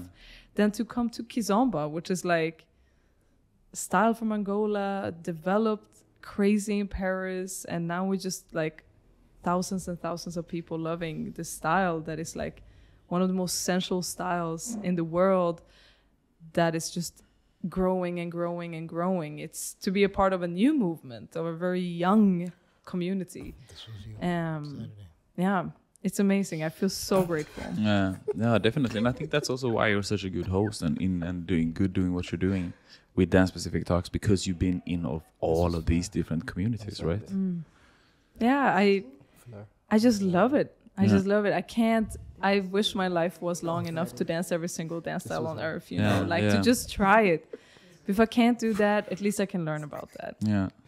Through interviewing people. And shout again to you, because you were one of the people who said I can do it. Because I used to be that's a whole other side chapter, but I used to do a lot of battle hosting, which I still love to do. And the podcast was just an extension of what I, during COVID, was like, what can I do? Well, I can shine, just like you doing now, just having conversations about people's dance journeys. What amazing places dance can take you. 100%. What do you... where do you see yourself going next? I mean, you're obviously about to become a mom. You're still in Amsterdam together with Mali. Seems that you guys are set there for a few more years at least. You had a great time. Where is your dancing taking you? Well, I still love Kizomba a lot, because I can feel that I can use a lot of my other dance styles in it. So my musicality and my way of dancing. So I still think I'm going to do a lot in Kizomba. I've started to do more like lady styling, but in that also the philosophy of, womanhood and what it means to be a follower, but what beautiful things you can actually experience as a follower. And I think we talk so little about the philosophical part of couple dancing in general. Yeah. And so I think that there's a lot to do there. Yeah. And I do see myself, like, I have dreams about also maybe doing more like retreats and like more deeper work connected to dance. Yeah. Not specific a certain dance style maybe, but like what dance can do in order for you to get more self-belief that we talked about and stuff. I also want to launch my first like products Can you around. spoil a little bit about that product? Well, Can you spoil a I'm little working bit? on a product. Uh-huh. I'm not going to say exactly what it is, but it's something that I definitely think can help dancers both dig deeper into why they are dancing and what dancing, And also connect with others. and connect with others. And I think that more dancers should have more talks Yeah. because we have so much in similarities around and across the styles, but we never really meet each other because we're very much in our own bubble. And then I also want people to maybe get a bit more creative and outside their box within dancing. It doesn't matter if it's in kizomba or hip hop or dance hall, but I want to be able to help dancers to think more outside the box when it comes to their movements and realize that there's a joy. Because one thing I hated about being in these different communities is the force that you have to stay within a box. And so because I moved from box to box, my style is never going to look exactly like one style. And so I also want to use that as a positive aspect of like, how can you move? Doesn't matter what style you're doing, but how can you get more creative in it? So that's a product I'm working on. And When do we see it? well, are you planning to launch next it? year. Next year. 2023. 2023. And hopefully Q1, Q2? yeah, within the first half year. Yeah. Q2. And on top of that, I have a dream about creating my first production.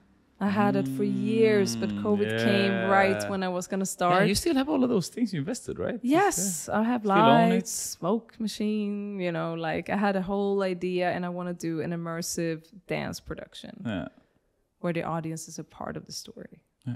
And I also want to do a production about specifically kizomba because it's never been done. There's never been kizomba in theaters. And now you're in Cabo Verde, which is by far, I think, if I'm not mistaken, the number one exporter of artists that is doing kizomba. Well, yeah, absolutely. Yeah, One I of mean, the best. I bet we have, I mean, we are not only the best, I also believe we are the biggest. I think so. Yeah. I Who is think from, which kizomba artist is from Angola? Zanu? LG Beats? LG No, is from Cape. LG is from here. LG is Cape from Boa Vista. Yeah. LG is Yeah? from Boa Vista. LG Yeah, Beats certainly. Yeah, 100%. Beats killer. Yeah, no, he's No, killer. musicians. From Angola. Do we know anyone? C4. C4 Pedro. C4 P de Angola, nera. No, George is from here. But from Angola. From Angola. Yeah. Actually, now when I think about it, most of the ones I know is Cape Verdeans. Yeah. But there is definitely. And if they're not directly Cape Verdeans, But it's like, yeah, but it's like I think I'm pretty certain like Bonga, for example. I think Bonga, like the older generation, there is a lot of older generation. I'm not trying to take away anything from Angola. It's not what I'm saying, because the style is from there. Yeah. Like I'm very illiterate when it comes to kizomba. I just know we played a lot from here. Yeah. But if I'm not mistaken, it originates from Angola. Yeah.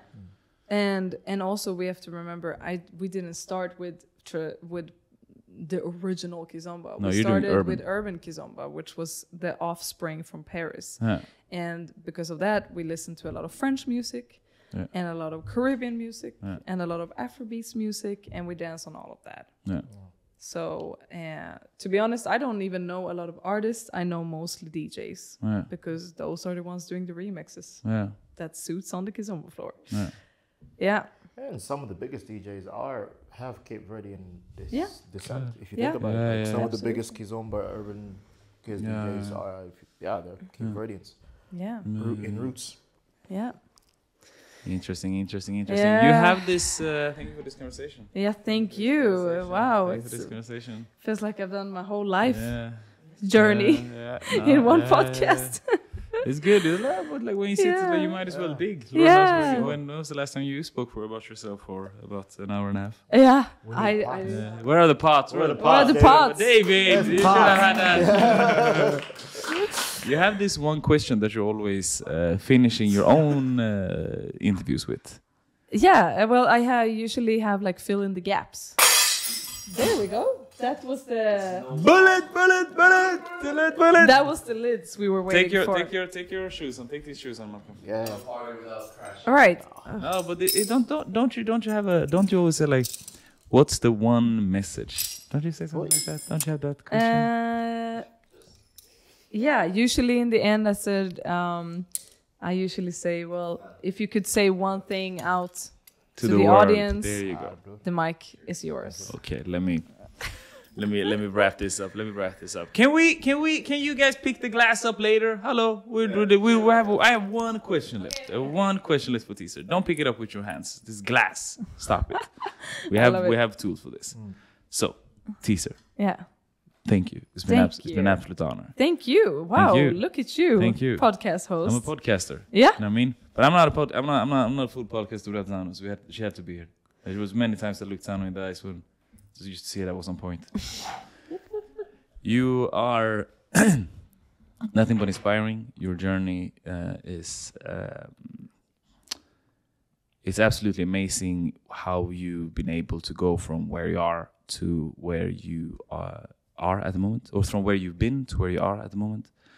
It's very inspiring how you are so passionate about showcasing other people's lives, showcasing other people's culture, making it a part of you, and seeing how you keep developing inside of your dance journey and bringing that with you, not only to others, not only to yourself, but also to others.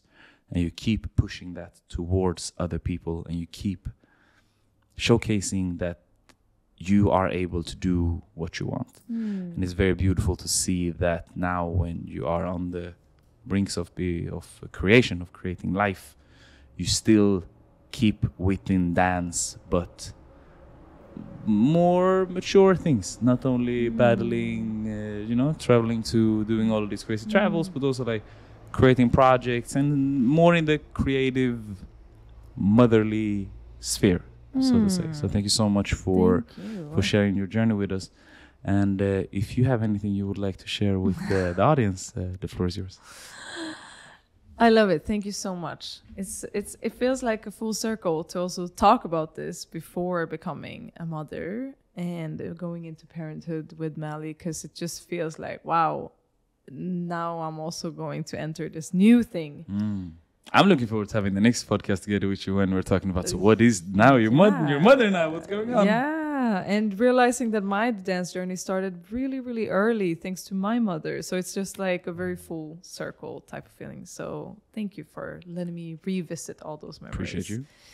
And I think that I wanted to shout out that little teaser from Söderköping, because wow, if she wouldn't have dreamed, I don't think that I would have made the life choices to keep on moving after it. And I didn't even know what I dreamed of. I just wanted to be in music videos, and that's probably the least I've done in my dance journey, to be honest. But because we talked about this earlier today, because I made that dream contract with myself to become a professional dancer, it has taken me to so many places. And even though I never ended up with Beyonce and Destiny's Child, because I wanted that, I have been all over the world. I know dancers from all over the world. I've danced so many dance styles. I have been, doing all of that. So I want to say that to people out there, that like, you already made it. And sometimes we're so insecure about where we are as dancers because there could always be something bigger. And I didn't reach that, and I didn't do that. But there was some time just a little child, mostly a child that just wanted to be able to dance and learned its first dance move. And everything that you have been doing has accomplished all that what that child even could imagine possible. We already made it. I already made it because I could follow a choreo. That was something I didn't know how to do when I was a child. I didn't know how to hear music. I had to learn musicality. Whatever I am doing in my life is already way more than I could have dreamed of.